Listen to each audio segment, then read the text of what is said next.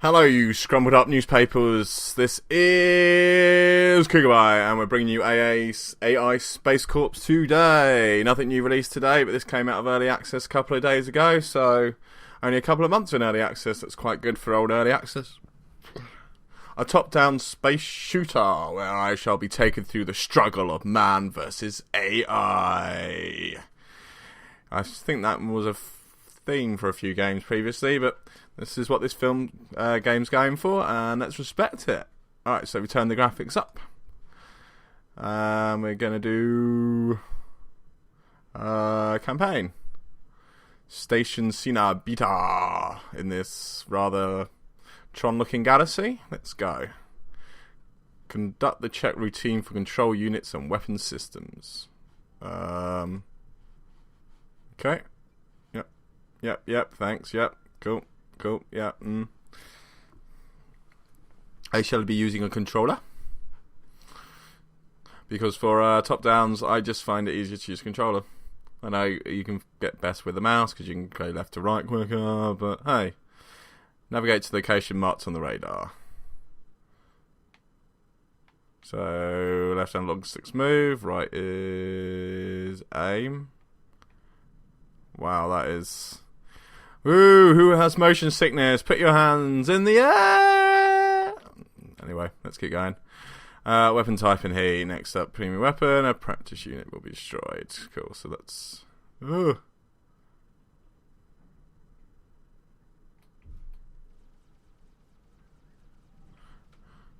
Okay, so...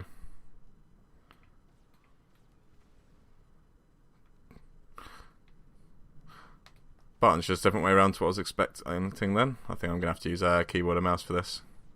Because my word, that's hard to control with the analog stick. Alright, let's put that down. Let's see if this is any easier. Seems easier. Seems that way. Alright, so what we've got to do, pick up.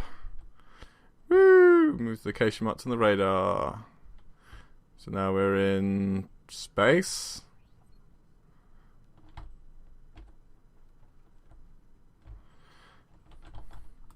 I just can't put my finger on it. There's something weird about these controls.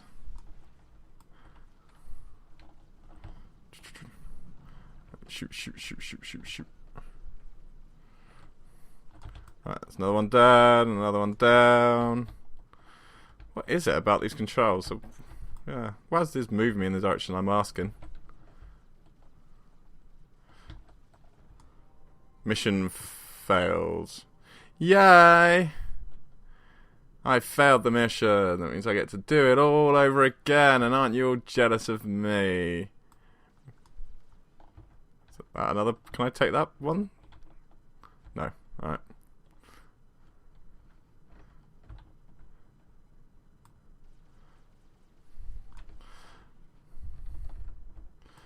Another one. Okay, that's him down.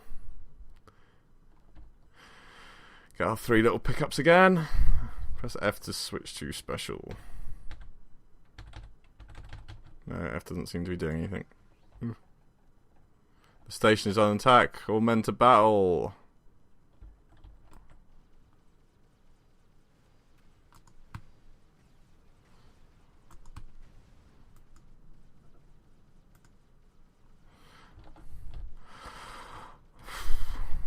This is actually being extremely tedious. Just it doesn't feel reactive. I don't feel powerful. I don't feel threatened. I don't know where the challenge from this game is going to come from.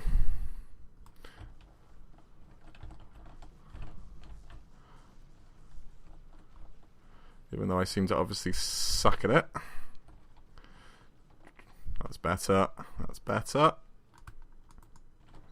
And again. They just keep coming, Captain. You're gonna annihilate me? No, you're not gonna annihilate me. Where am I supposed to be going? Alright.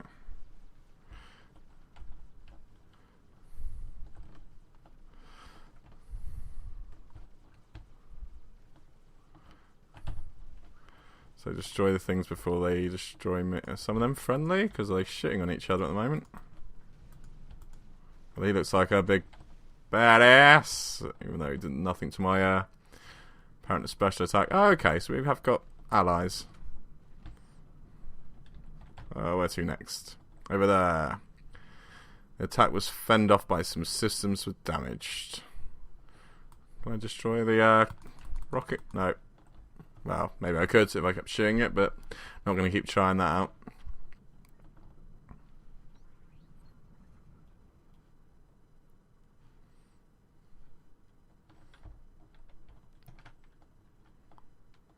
Wow, that you put this a long distance away for no apparent reason. Mission successful. Yeah, 2 stars. Alright, what's next? The Sinyar Belt.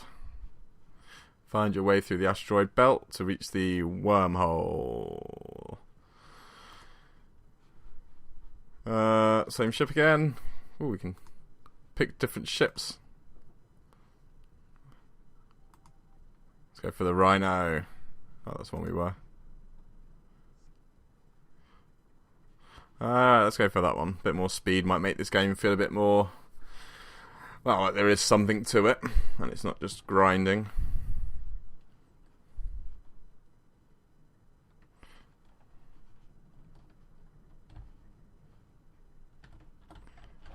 Oh, going the wrong way.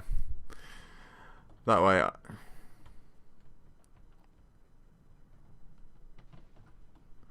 Oh, avoid the asteroids.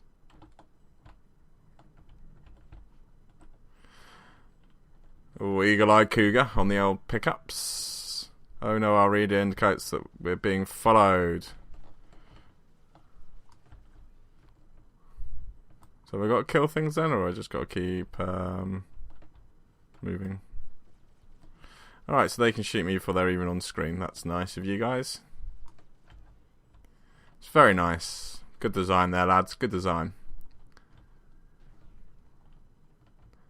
Let's keep going. Ow. Oh, I was doing well until then. We have to set the wormhole further through the asteroid belt, as there is no way around the outside. Keep heading through. Okie doke. Do do do.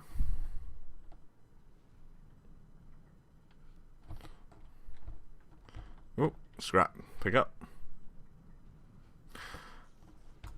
More, man. More of them. There's just too many of them. No, there's not. They're all dead now. Oh my word, some parts of this game just feel tedious. Oh, jump. That's fair. Jump him in.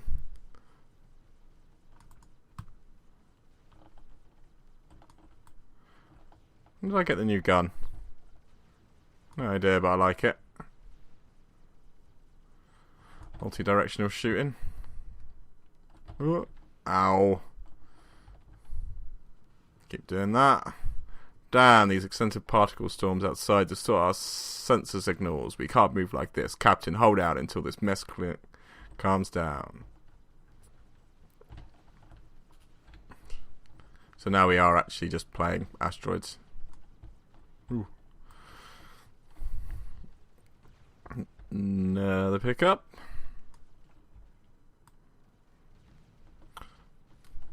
Trying to figure out what the middle 300 is for. So it's 8 missiles, 30 shields, and 300 something or other. Oop, oop. No, gotta move, gotta move. This way, this way. Thank you for making that clear to me, game. It's quite nice when the game's storytelling is so immersive. I just gotta keep looking down at the blooming radar every time.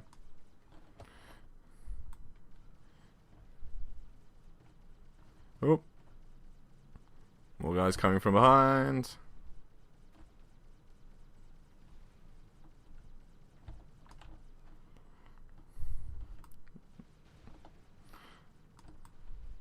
More. think I'm going to die again. Oh, no. There you go, another successful mission. And 4 stars. Way! If I stay on this menu, I can just watch them trying to kill me. As they all get blown up by asteroids.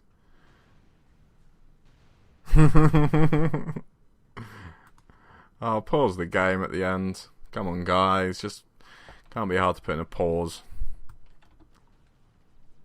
Alright, so same again. More asteroids and chasing yellow arrows. Oh, isn't this fun?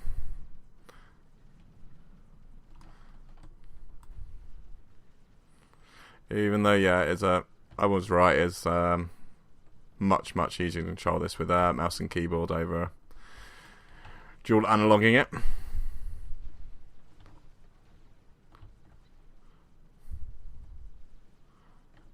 I don't know what to say about the game, really. I mean, I think it's competent enough for what they're going for. I just think what they're going for was unimaginative and uncreative. It's a top-down shooter we use in space. Oh, even though I am finding some of their graphical choices to be a bit disorientating, but I'll leave that for the review because there won't be much else to talk about. Unless, of course, I'm just doubting the game in its first 15 minutes and it's going to turn out that an hour in it's going to turn into, oh, hell. Another one dead, another one. Oh, why is there no, like, warp button or run button? Sprint button? Or anything like that as far as I can see. Because it would make these tedious bits a little less tedious.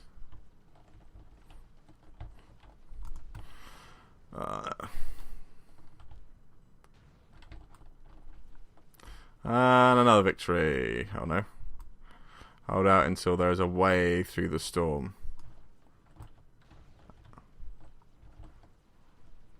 Okay, pick up again. More asteroid fighting.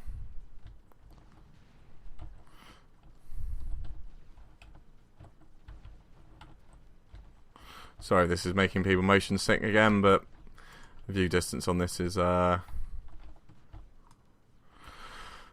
low. I can't access the options menu while in game. I'm just going to try and turn the sound up a bit because sound design in this does seem to be minimal. Can we use the word minimal to describe not existing? Ah, mission failed. Cougar sad again. Alright, jump cut back to where we were.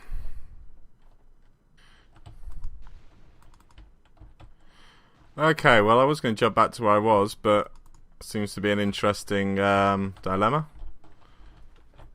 My plane won't move.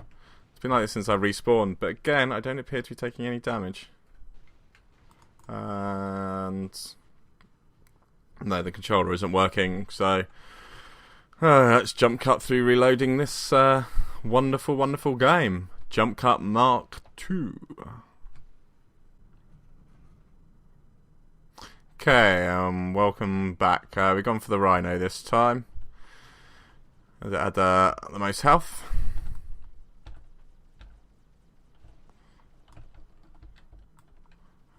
So, no idea what I'm supposed to be doing here. Just to traverse the wormhole, but yet seems to be asking me to stand completely still.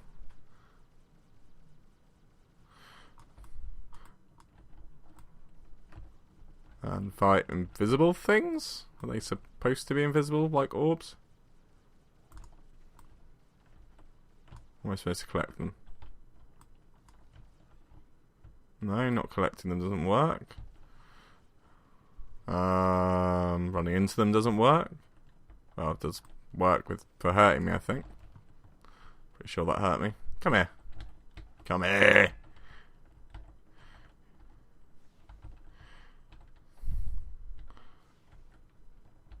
Oh, okay, maybe this is the bullet dodging section of the game. I've just gone and run into another bullet. We're gaining velocity. Ready for the next phase. Look out. Yes, Operator silence. Alright, so the green ones heal you. Okay, that makes a bit more sense. Whoop, whoop, whoop, whoop, whoop.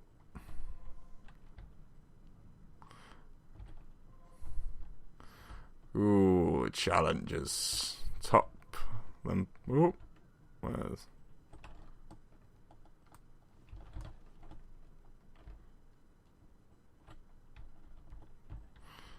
Oh, that seemed impossible to do without taking damage. Ah, move.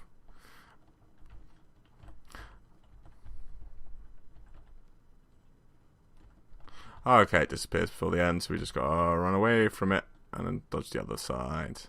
And then it should disappear. Yeah. And again. Yep, again.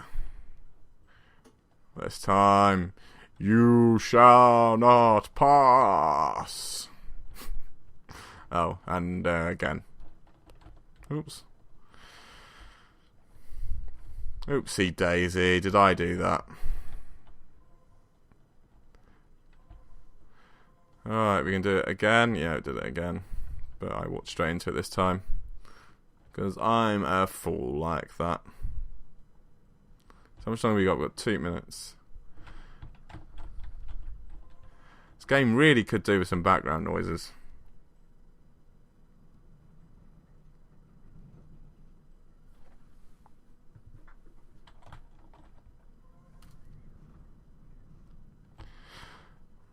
I mean, the only sound I can really hear and getting from it is sounds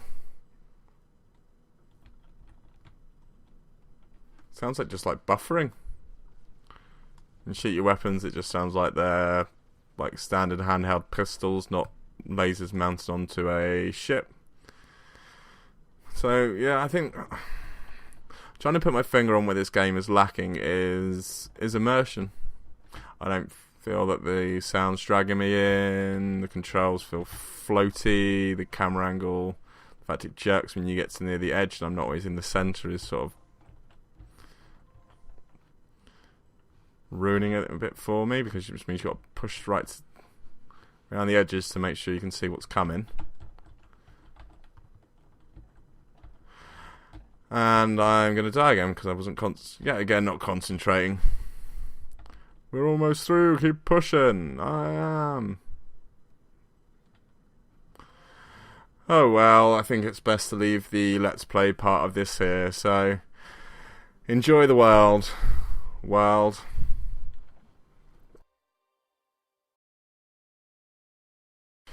Welcome while we look at AI Space Corps, a top-down shooter that has recently been released on Steam.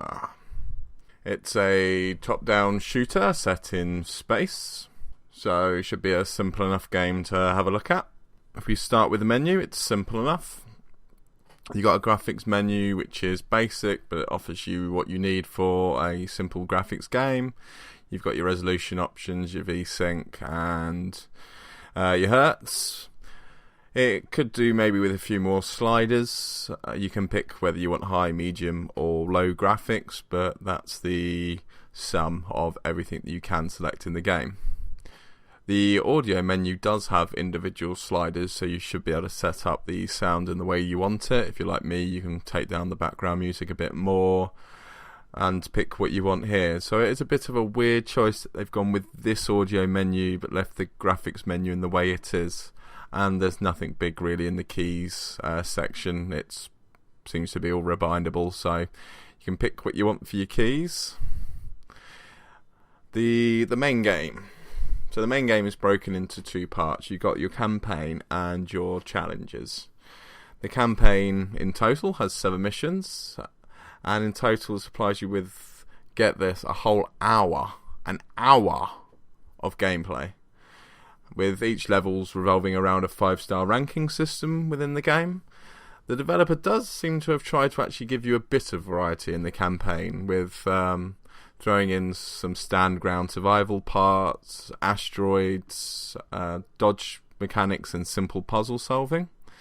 So there does seem to be some thought into differentiating the 7 levels from themselves and making them different in some way. So kudos to that for making the variety there.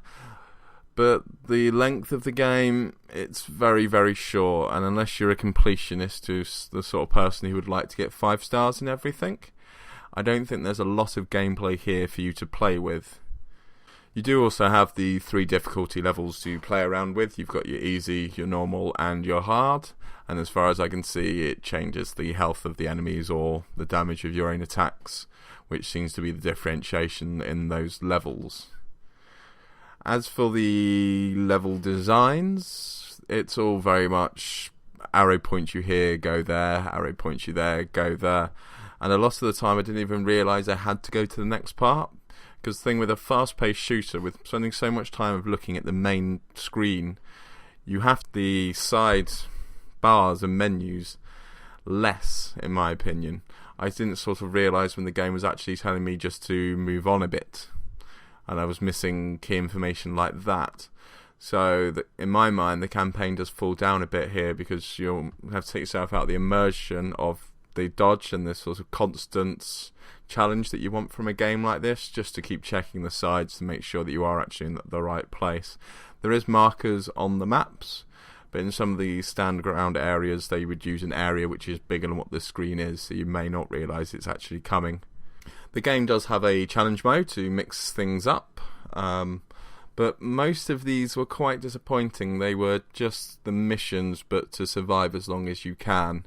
The nice thing I like about a challenge mode in games is you have to almost present me with a challenge that isn't the game itself.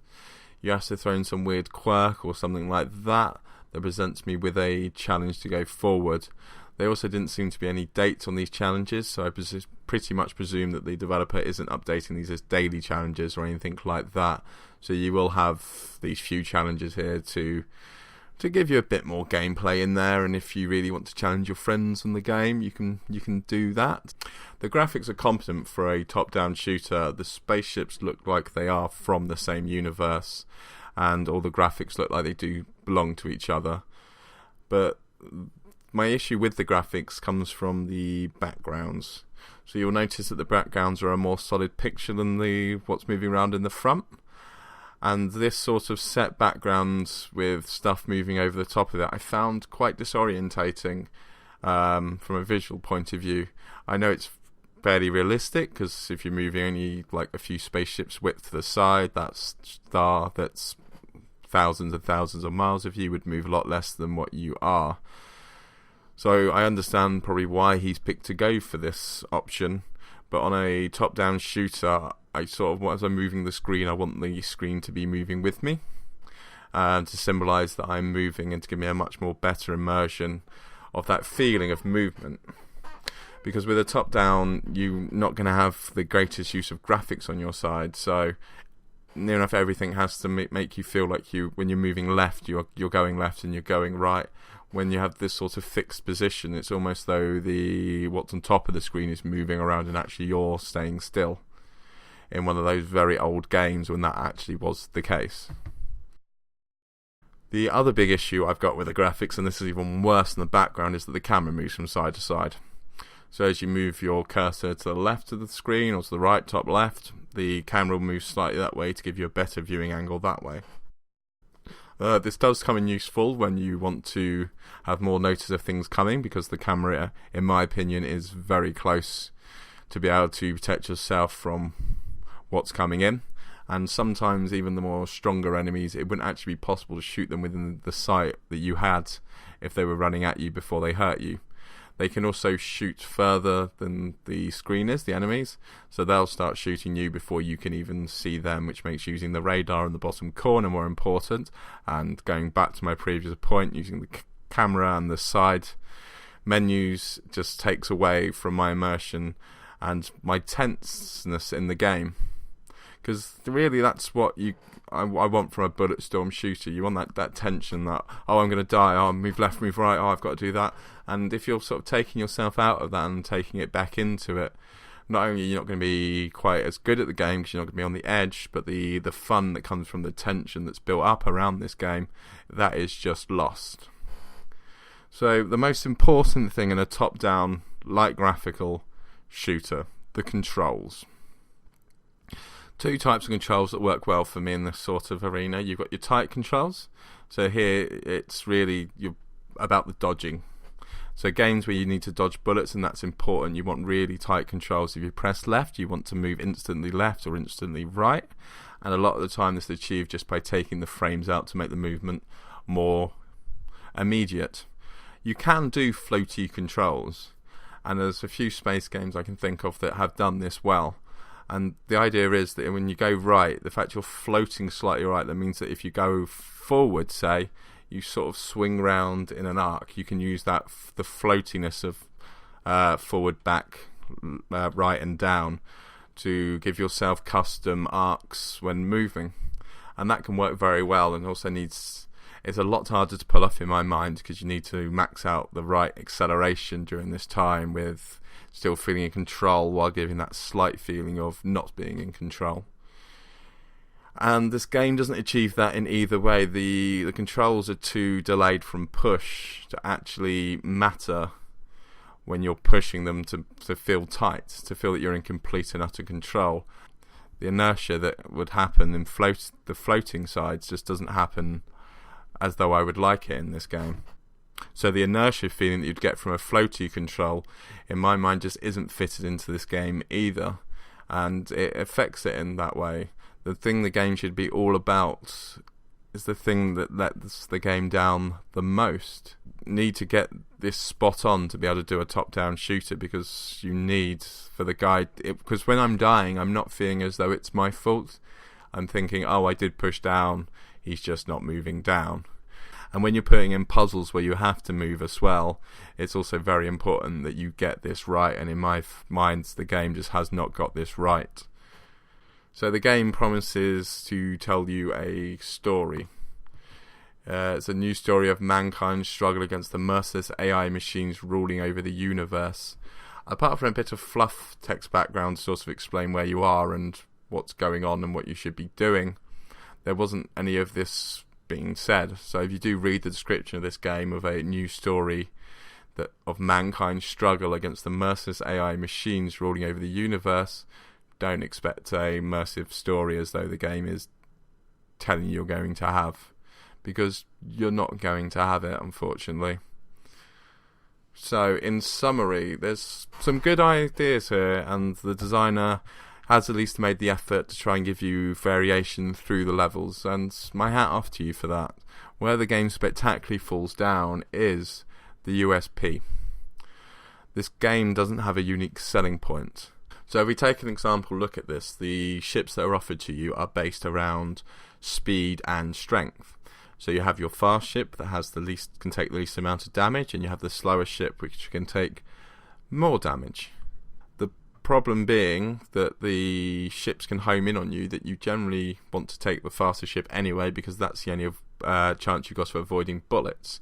The fact it comes down with 20% more health is negated by the fact that you're going to miss a lot more bullets by actually being able to avoid the bullets. But the other reason why this 3-class system doesn't work is because this is the vanilla flavour of character design. You've just basically gone back to Streets of Rage. And at least Streets of Rage, you had 3 different personalities who had 3 slightly different moves. These guys have the same guns, the same movement styles, it's just one's a bit faster and one can take a bit more health.